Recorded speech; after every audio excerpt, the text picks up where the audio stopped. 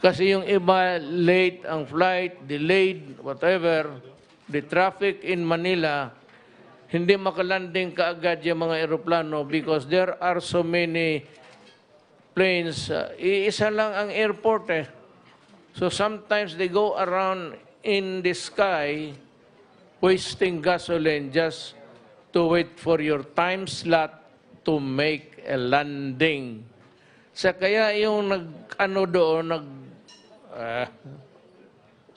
yung task na salubungin mo, kung hindi dumating, then you ask, what time is it coming in?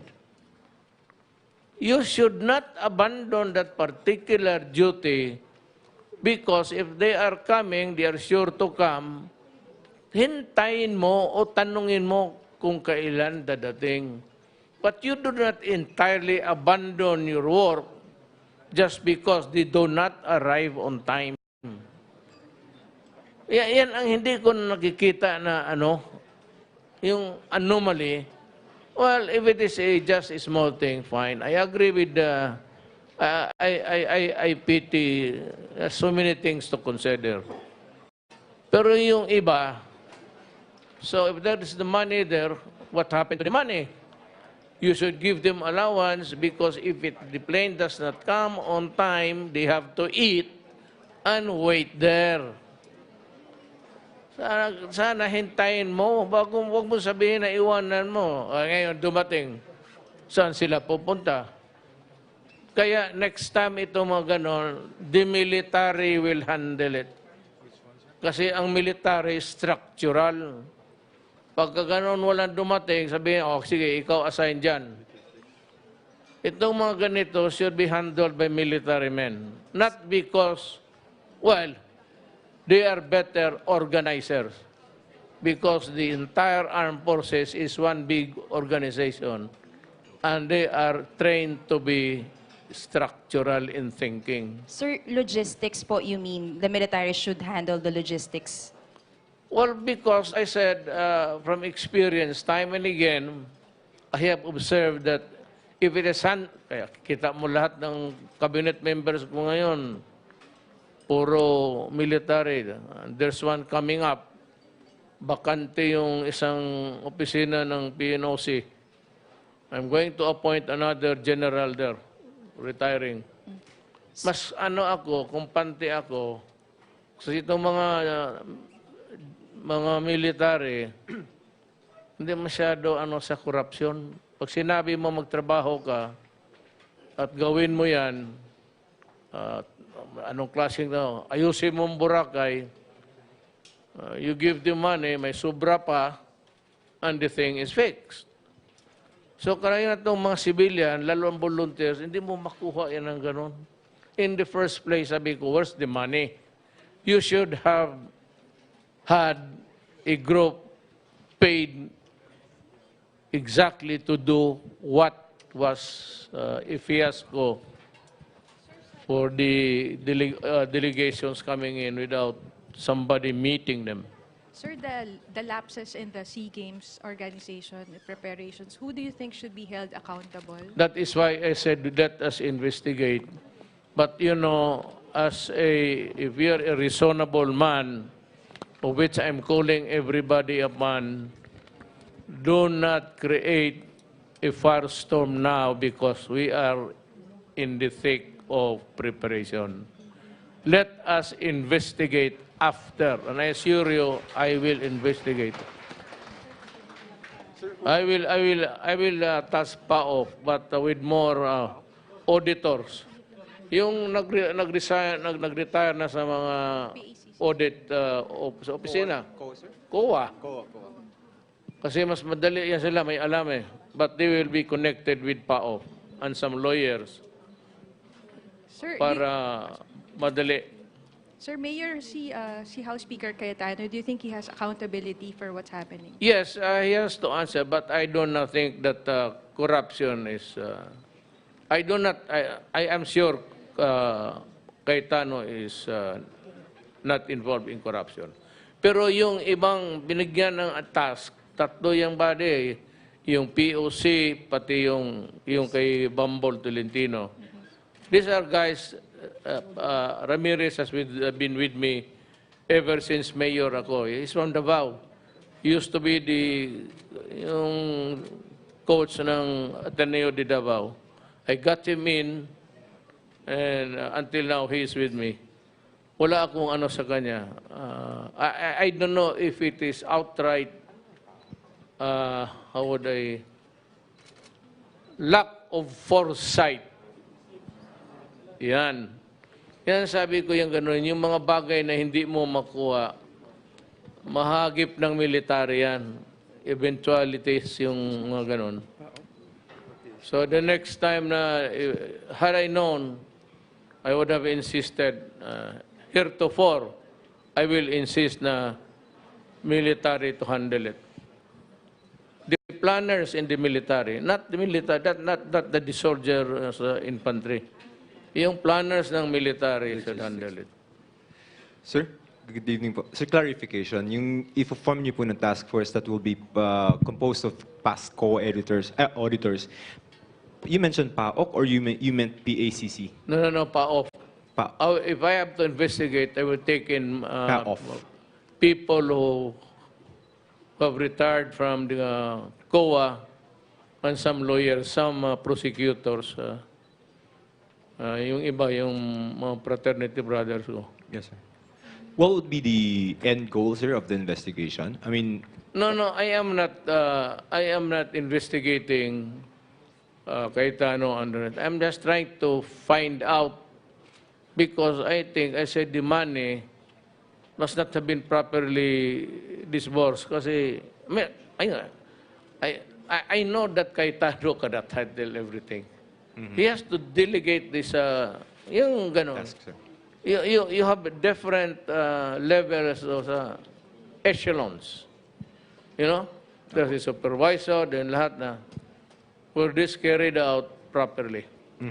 Kasi may pera, hindi mo naman kailangan mag-ano eh. Even if there are volunteers, just in the critical thing of meeting and seeing to it that they are properly delivered to their dormitories or hotels, whatever, yun ang nakita ko na hindi maganda. Sir, yung po bang pag-handle ng FISCOC, no, which is a private entity, is a misstep? No, I mean, it's not a private entity actually. Apo. You study it very carefully, puro gobyerno yan. Apo. Yung kay Bambol, gobyerno yan. Yung isang kuan, Cayetano, gobyerno yan. Yung POC, gobyerno yan. So walang ano dyan. Kaya sabi ko, hindi masyado, I do not think of corruption. Kasi ang mga head niyan, puro taga-gobyerno at men of integrity. So sir, yun pong kasi comment ni Senator Lacson na pag-channel ng 1.5 billion pesos into FISCOC is something similar to a pork barrel scheme. Your comment, sir. I really cannot. I said I have to investigate. Yes, sir. Yeah, the right to be heard must be afforded to all.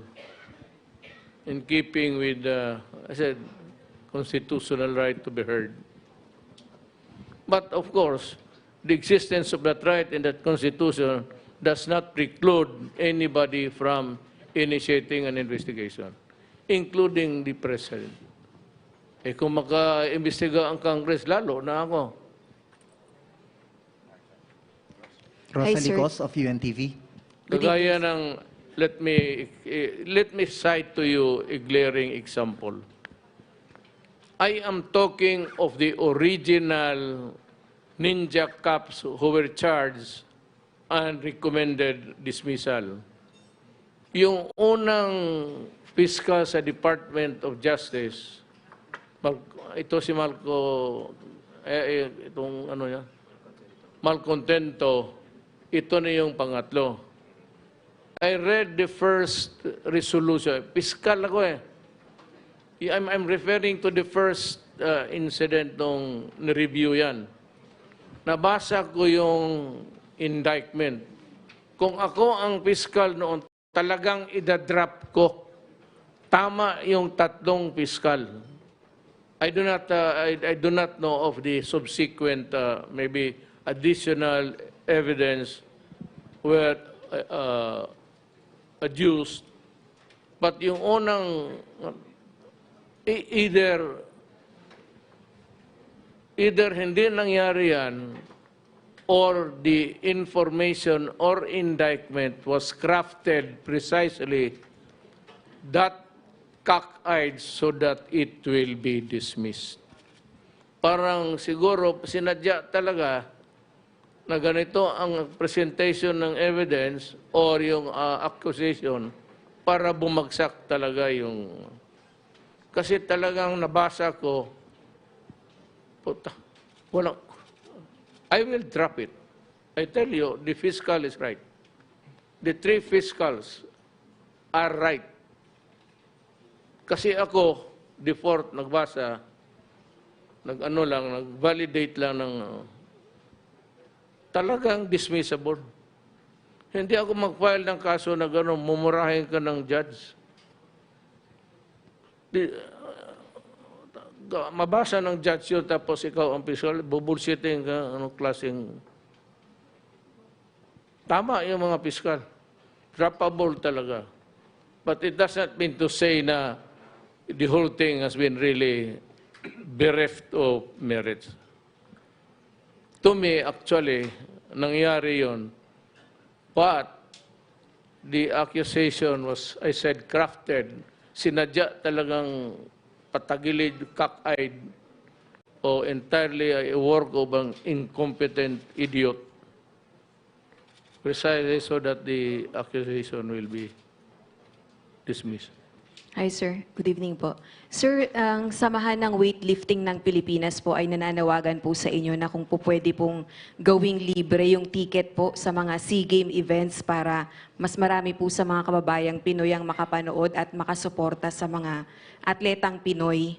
Aaprubahan nyo ba yun, sir? O pwede po ba kayong magbigay ng direktiba na gawing libre na lang po ang manood ng SEA Games events? Alam mo, ever since, ayaw ko na magyabang dito. Ever since, nililibre ko lahat. But dito, sabi ng organizers, wala tayong panggasto sa, yung miscellaneous expenses maybe, or a little money to go by. There's not much money to go around with in the first place. Kung ubos na. Or if they are doing it because they're trying to save, I agree. Pero kung ako, libre lahat. So, sir, Sino lang unang Pilipino maglinya doon? no way, sir. There's no way po, sir, para po kahit po yung ibang events gawing accessible kahit sa mga estudyante, gawing libre po. Unfortunately, fortunately, I am not the deciding authority there. I have to defer to the organizer. Pero sabi ni Senator Gonao, whispering to me, na pwede except sa volleyball, and basketball, indoor eh. At sa gusto mo man na ilibre lahat, saan mo ilagay? Pero yung iba, alam mo, Pilipino, kawawa naman yung walang pera. Gusto ko tabla. Kung sino lang yung may tiyaga magtindig doon para maghintay pag open ng gates, basta do it with discipline. Pwede daw ilibre ang... Except lang ang volleyball and basketball kasi merong mga MOA, may mga private na may-ari katulad ng MOA, SM. So meron sila nag-handle ng ticket pero the rest ng games baka pwede yung ilibre rin yung iba. Do you have the explanation? Pag government ang venue, pwede rin ilibre for advice ni President daw. Okay, gusto ko. Ibang yung takbo siguro. Kaya mga takbo, kung yung mga Pilipinong gusto rin tumakbo, sumali ka doon, tumakbo ka rin. Para gawin mo lugaw. Sir, ang Department of Interior and Local Government po ay pumapabor na suspindihin ng klase sa buong Metro Manila Yes. para maiwasan po yung sobrang traffic within the period po ng SEA Games. Masyadong, ilang araw ba yan? 30 to 11 po. December 11. November 30 hanggang December 11, Kaya nga, sir. how many days? 12 days. 12 days. 30 until 11. No, that's too long. Too long. Are you in favor? Kung ako ang estudyante niyan, palakpak na ako ng palakpak. Gusto niya, Olympic na lang araw-araw. I do not agree. That's too long. That's too long. That is simply too long. So, sir, hindi po kayo agree or hindi nyo po suportado yung suspension of classes sa Metro Manila ng buong duration ng SEA Games? Hindi nga pwede kasi mahaba. Yes, sir. Pero may particular lang pong period na gagawin Hindi, sa ibang... maybe sa closing games na. Libre na lahat. Closing games, sir. Pati yung mga ibang mga Closing taga ceremony. Nigeria, yung mga gagong nandito. Isa pa yung mga putang ina yan. So maybe, sir, clarify lang po. Sa closing ceremony, sir, gagawing libre? Yung iba siguro, sabi nga ni Bong, ang pinag-aralan ngayon is libre lahat except the volleyball Okay, sir. and basketball kasi hindi tayo may-ari ng venue. MUA.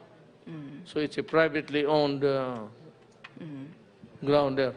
Okay, sir. Yung iba, baka libre na siguro. Kasi maawa ako sabi ko sa mga Pilipino na di makaano, just because walang pera. Thank you, sir. Thank you, Rosa Ligos. Cristina Mendez, Philippine Star. Sino ba? Ma'am. Good evening, Mayor. Simula po nung sinibak niyo si Vice President Robredo, sabi niya po, hindi pa raw siya tapos sa laban at meron pa nga raw siyang mga information na maaring i-reveal laban sa drug war ng inyong administrasyon. Any No, comment? you seem to be threatening na may information ka. Ilabas mo. Ano yung mga statements na mayroong mga gano'n na marami pa akong information na bantay kayo. So, in this so many days that, how long was she there? 19. She made an asshole of herself. Always talking. Ang ayaw ko doon, the first thing she did was to go to the embassy of the United States of America, then to the UN and to the EU, kung ano-ano. Then ang sabi niya, kasi babae, okay na lang, sabi ko, I apologize. Kasi I cannot prove na hindi niya. Bakit magsabi yung ulol na putang inang prosecutor? I'm packed, I'm ready to go. May nag-imbita talaga, but since I cannot prove it because ginamit ng cellphone, I have to go into, it's impossible. Sabi ko, sige, pagbigyan kita, I will admit na, pero lahat na kinausap mo, instead of talking to the law enforcement, instead of talking to the barangay captains, instead of talking to itong mga tao handling the rehabilitation, sabi ko, she made an asshole of herself. I will talk to the, kung sino-sino na, except ang dininay niya, yung prosecutor. Medyo abogado rin. Because I cannot prove it. Pero bakit nag-tweet that I'm packed, I'm ready to go and arrest Duterte? Putang ina, barilin ko yan sa harap niya, papunta man dito. Arestuhin mo ako, hiyain mo ako ng ganon, impyerno ang labas natin. Mayor, Hiyain mo ako ng ganon, this is not the first time na may pinatay ako ng aso.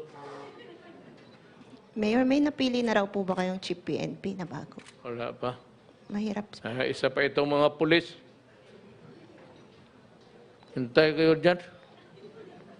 There are so many things that the police has to improve on. Unless I think that I see the very best guy there. You show me.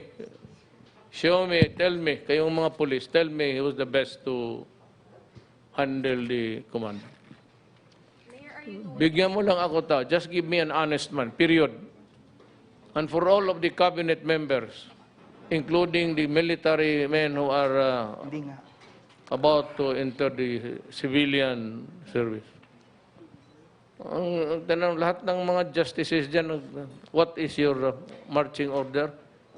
So just be honest, that's all. Francis Wakefield of the Daily Tribune. Good evening, Mayor. Yes. Yung issue po sa NGCP, sir, may mga nagre-raise po kasi ng concern, specifically si former Associate Chief Justice Carpio na yung ability raw ng China na mag-control sa power ng Pilipinas, may security concern raw dun, sir. Magpapa-order ho ba kayo ng investigation dito, sir, sa issue? Wala niya kay Carpio, wala mang matino yung sinabi niya. Ano ang sinabi na katulong na sa Pilipinas? Yung ano nila? Mga desisyon nila? Sus Maria. Wala ako dyan kay Carpio. Taga Davao yan, pero...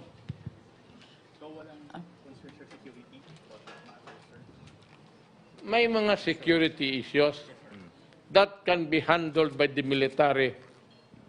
Will not be a problem.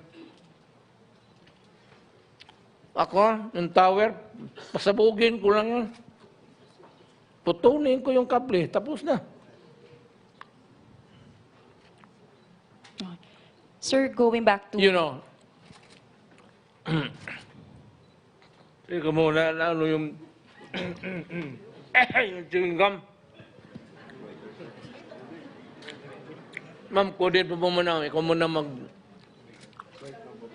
You chew it for me.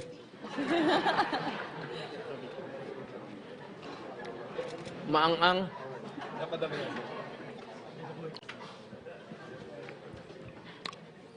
This is not a brief for China. Wala man tayong issues to worry about going to war with China. And if are going to war with China, even ang the main complaint would be yung dyan sa Spratly. Kung maggera tayo, in 1 hour tapos ang ating armed forces. And their jets can arrive here in 7 minutes. I do not have that capability. I cannot fight China because I do not have the armaments.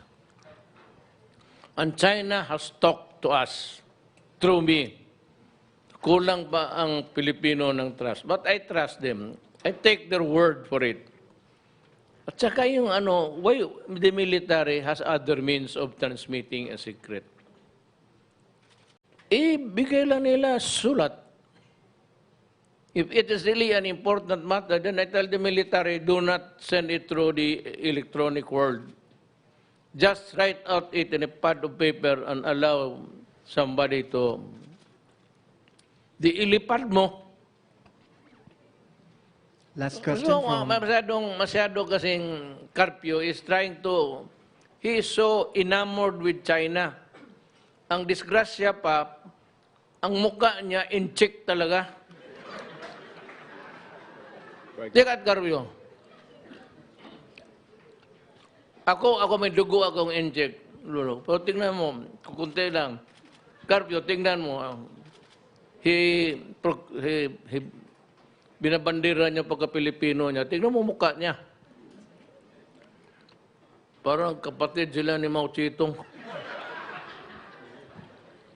Last question, MPC, Joyce Balancho of DZMM. Sir, just going back to the question on Chief PNP post. Sir, are we doing extensive background checks on the recommended names? That's why it's taking us too long. Obviously, that would be one.